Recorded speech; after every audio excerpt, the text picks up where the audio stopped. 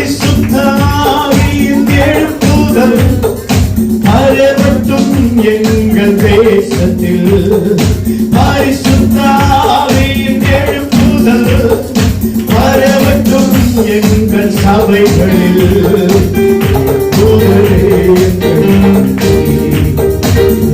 தூதக்காரும் தேவாலயங்கள்